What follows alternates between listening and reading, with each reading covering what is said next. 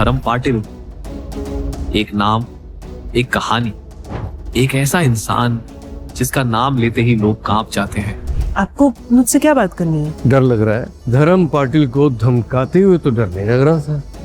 जिसे दुनिया एक जिम्मेदार किसान समझती, पर सच इतना आसान नहीं। पर इस कहानी का असली राज छुपा है उसके बीते हुए कल में। वही कल जो दुश्मनों के लिए मौत का संदेश है।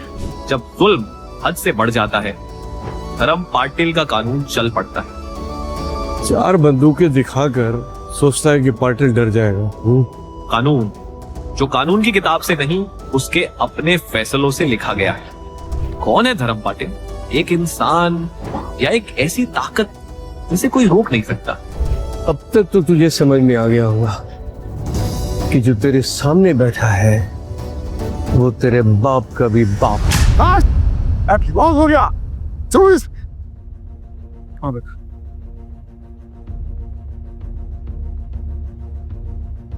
जाओ अपने होटल के मालिक को बुलाओ पुनीत को।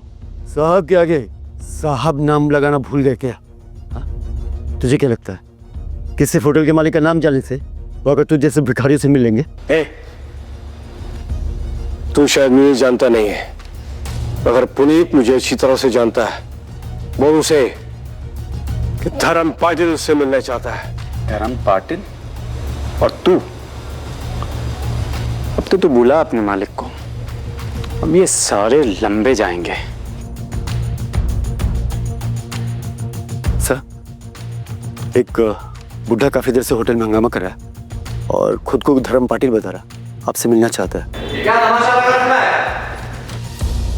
सर, यही वो बुढ़ा जिसने पूरे रेस्टोरेंट को सर पर उठा रखा है। अप्पा, और ये संजय नायक और उसकी वाइफ है। ये लोग यहाँ इस हाल में? मिस्टर खन्ना, पता नहीं ये आदमी आपके बारे में क्या क्या बकवास कर रहा है, बट यू डोंट वरी, इसको तो मैं सबक सिखाता।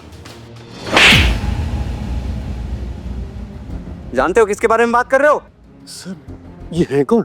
बताओ पुनीत, इन्हें बताओ मैं कौन हूँ। मैं वो हूँ जो ये इस जैसे 10 होटल यूं खरीद सकता हूँ। यूं। मैं इसकी तरफ से माफी मांगता हूँ अप्पा। आई, ये सब क्या चल रहा है? ये बाबा दोबारा हो रहा है ना आपके? वो बाबा को डिमेंशिया है। डिमेंशिया? हाँ, तो कभी कभी भूल जाते हैं, है ना? कुछ भी बातें करने लग जाते हैं। आइए, आपने मुझे पहले क्यों नहीं बताया कि नाना जी को बीमारी है? मेरे पास इतने पैसे हैं कि मैं उनका इलाज करा सकूं। नहीं बेटा, इलाज की मुझे नहीं, इन लोगों को जरूरत है जो थोड़ा सा पैसा आने के बाद लोगों की इज्जत को खिलौना समझने लगते हैं। बताओ पुनीत से कि मैं कौन हूँ। ये धर्म पाटिल जी है अप्पा, इस देश का बड़े से बड़ा मिनिस्टर, मुंबई के सारे बिल्डर्स, बॉलीवुड स्टार्स, हर बड़ा काम करने से पहले अप्पा के पैर छूने आते हैं। नाना जी, ये सब आपके बारे में ये क्या बोल रही है? ये आप भी अच्छी दोस्ती निभा रहे। ये तुम्हारे नाना जी के दोस्त है? हाँ। दोस्त है तो नहीं चाहते ना कि तुम्हारे नाना जी 2 करोड़ का नुकसान उठाए? क्यों? इसलिए कह रहे हैं। लेकिन ये 2 करोड़ की भरपाई किए बिना जाएंगे नहीं यहाँ से। मैनेजर, पुलिस को कॉल किया है ना? खन्ना साहब, हम सच कह रहे हैं, हमने नहीं तोड़ा। ये इन्होंने पेंटिंग खराब की है, हमें माफ कर दीजिए और जाने दीजिए प्लीज।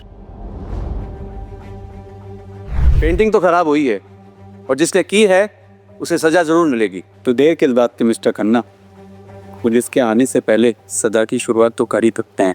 सर, आपको जो भी सजा देनी है आप मुझे दीजिए, लेकिन मेरे परिवार को जाने दीजिए प्लीज। बहादुर, जिसने पेंटिंग खराब की है उसे ले जाओ और उसकी अच्छे से खातिर करो।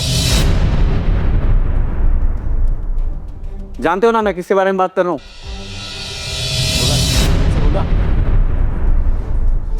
फौरन छोड़ो मुझे, क्या बदतमीज ये। जानते हो ना, विक्रम राठौर नाम है मेरा। जानता हूँ। और धर्म पाटिल कौन है? अपने बाप मान सिंह राठौर से जाकर पूछ लेना। आप मेरे नाना जी को कैसे जानते हैं? दरअसल आज मैं जो कुछ भी हूँ पापा की मेहरबानियों का ही नतीजा है। मैं कुछ समझा नहीं। एक जमाना था जब तुम्हारे नाना मेरे लिए काम करते थे, और आज ये होटल जो खड़ा है इसके लिए तुम्हारे नाना ने अपना खून पसीना बहाया है। ये काम किया करता था? आबा तेरा दिमाग तो नहीं खराब हो गया है? ये कैसी बातें कर रहा है ये?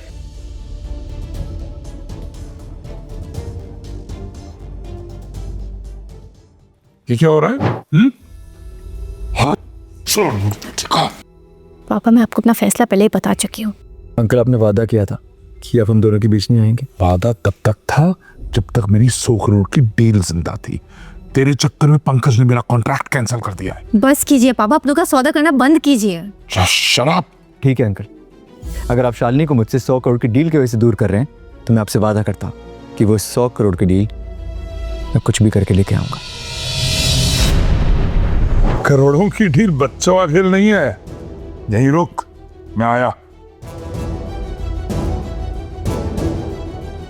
ये पकड़, अब तू ही करेगा इस डील को। और जिनकी बातों में बताना, ये डील बहुत कॉम्प्लिकेटेड है। तो याद रख, जब तक ये डील पूरी नहीं हो जाती तुम दोनों एक दूसरे से मिलोगे नहीं। चल शालिनी। मैं इसके बिना कहीं नहीं जाऊंगी पापा। कहीं नहीं जाएगी। नहीं जाएगी तू। आज तक मैंने तेरी इज्जत देखी है, अब तू अपने बाप की इज्जत देख। चल यहाँ। पापा छोड़िए मुझे। चल। रुक। कहाँ जा रहा है? दादा, वो मुझे नायक साहब से मिलने का था। अपॉइंटमेंट है? दादा, अपॉइंटमेंट तो नहीं, लेकिन मेरे पास एक ऐसी डील है जिसको पूरा करना मेरे लिए ज़िंदगी और मौत का सवाल है। प्लीज़ मुझे एक बार नायक साहब से मिलने दो ना। नायक साहब तुम जैसे सड़क छाप लोगों के साथ बिजनेस नहीं करते, समझ में आई बात? प्लीज़ प्लीज़ दादा। चल दादा, चल निकल। अरे बोला निकल। यहाँ क्या हो रहा है? मैम ये जबरदस्ती घुसे चले आ रहा है बिना अपॉइंटमेंट के। इन्हें अपॉइंटमेंट की जरूरत नहीं है, इनको मैंने बुलाया। आ जाइए।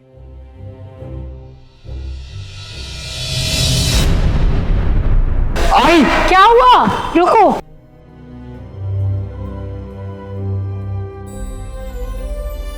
क्या हुआ? ऐसे लगा जैसे मेरा अंश यहीं कहीं है। वह मैं तुम्हारा। तुम जानती हो कि अंश इस वक्त यहाँ नहीं हो सकता। ये सब मत सोचो मिसेस, डील पर ध्यान दो। ओके?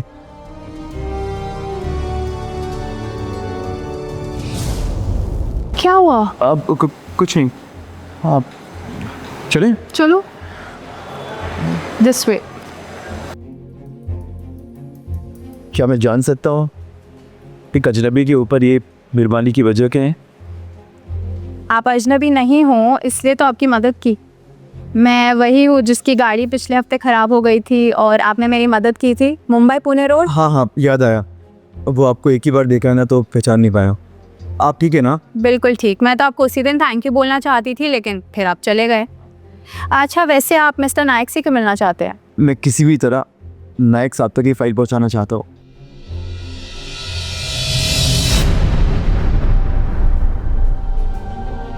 क्या हुआ? पीछे क्यों देख रहे हो? मुझे ऐसा लगा कि अंशु ने मुझे आवाज़ दी। लगता है बेटे को पाने की खुशी में मैं भी थोड़ा पागल हो चुका। सके कब चले?